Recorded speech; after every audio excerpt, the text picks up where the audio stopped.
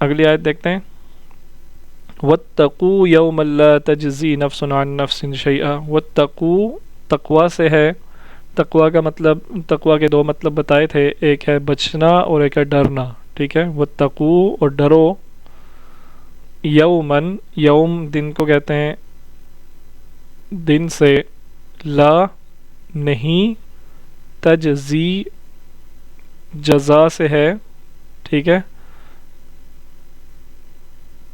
جزا کا مطلب کیا ہوتا ہے؟ بدلہ، ٹھیک ہے، جزاک اللہ ہم کہتے ہیں نا، جزاک اللہ، اللہ آپ کو بدلہ دے، جب کوئی ہمارے ساتھ اچھائی کرتا ہے تو ہم اسے کہتے ہیں جزاک اللہ، اللہ آپ کو بدلہ دے۔ تو اسی لیے کہا جاتا ہے کہ بدلہ دو قسم کا ہو سکتا ہے، بدلہ اچھا بھی ہوتا ہے، بدلہ برا بھی ہوتا ہے، تو اس لیے کہتے ہیں کہ جب بھی آپ کہیں جزاک اللہ صرف نہ کہا کریں بلکہ جزاک اللہ خیرہ کہا کریں، اللہ تعالیٰ آپ کو خیر، بہتر بدلہ دے، اچھا بدلہ دے، ٹھیک ہے۔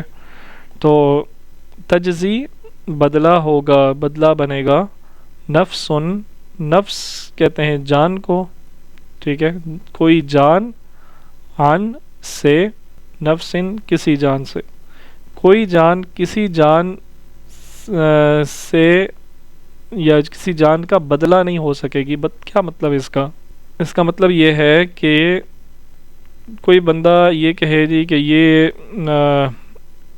قیامت والے دن، یہ قیامت والے دن کی بات ہو رہی ہے، ٹھیک ہے، مجھے تو فلاں شخص نے بہکایا تھا، میری جگہ فلاں شخص کو جہنم میں ڈال دیا جائے، ایسا نہیں ہوگا، ٹھیک ہے، جو بہکا تھا اس نے خود اپنے، کیوں بہکا تھا، اسے نہیں بہکنا چاہیے تھا، تو وہ بھی جہنم میں جائے گا، ٹھیک ہے، وہ تو جائے گا ہی جائے گا، جس نے بہکایا تھا وہ اپنے بہکاوے کی وجہ سے، مطلب اپنے اس وجہ سے کہ اس نے بہکایا تھا وہ جہنم میں جائے گا، جو بہکا تھا وہ بھی جائے گا۔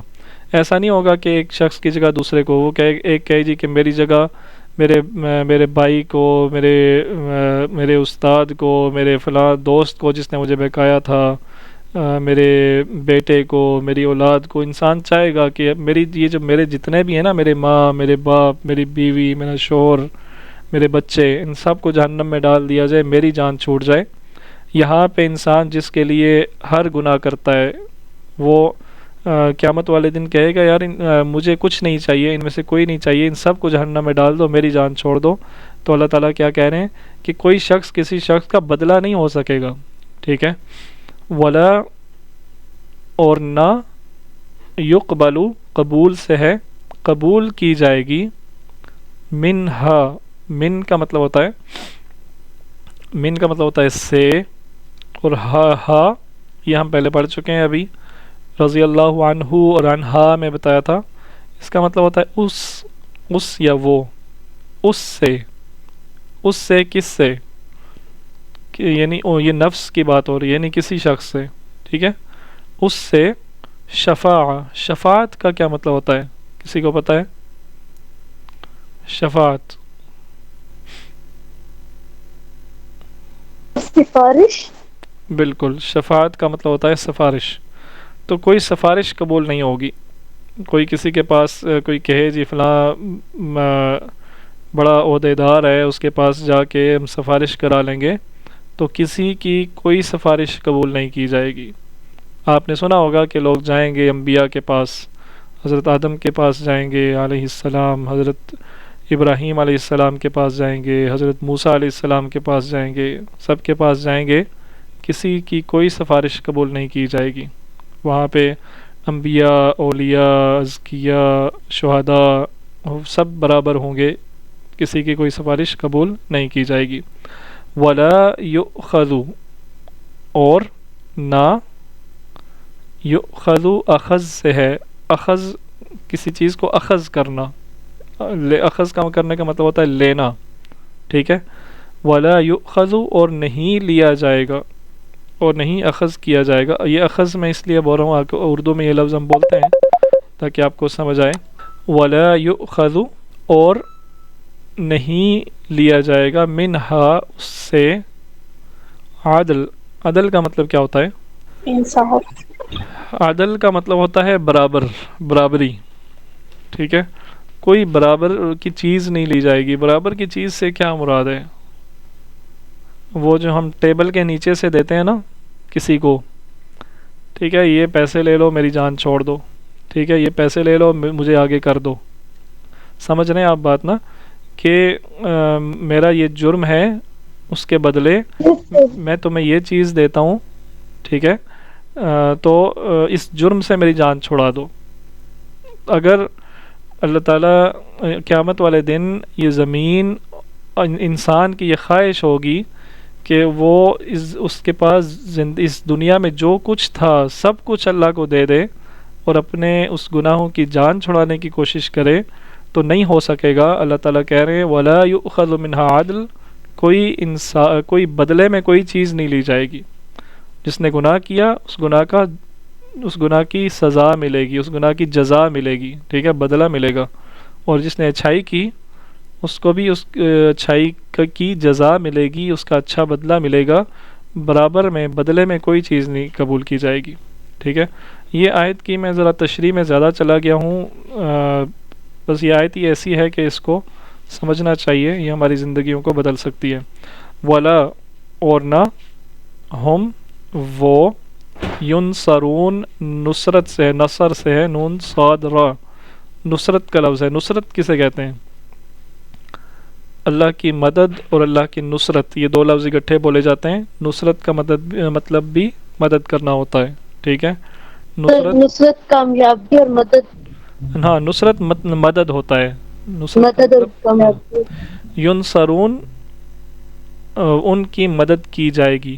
ٹھیک ہے، وہ مدد کیے جائیں گے. ولا ہم ینصرون، اور نہ ان کی کوئی مدد کی جائے گی.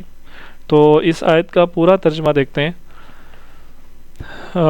اور ڈرو اس دن سے، واتقوا یوما لا تجزی نفس عن نفس شیئا، اور اس دن سے ڈرو جس دن کوئی شخص کسی شخص کا بدلہ نہیں بن سکے گا. ولا يقبل منها شفاعہ، اور نہ اس سے کوئی سفارش قبول کی جائے گی. ولا يؤخذ منها عدل، اور نہ اس سے کوئی معاوضہ بدلہ لیا جائے گا.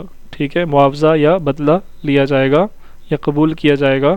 ولا ہم ینصرون، اور نہ اس کی کوئی مدد کی جائے گی.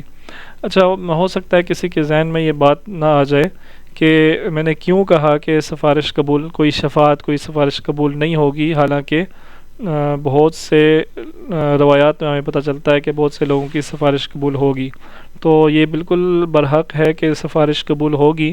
اللہ تعالیٰ نے 3 جگہوں پہ یہ کہا ہے کہ کسی کی کوئی سفارش قبول نہیں ہوگی.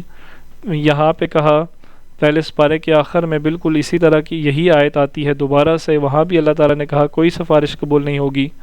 اور پھر تیسرے پارے کے شروع میں اللہ تعالیٰ نے پھر کہا کہ کوئی سفارش قبول نہیں ہوگی.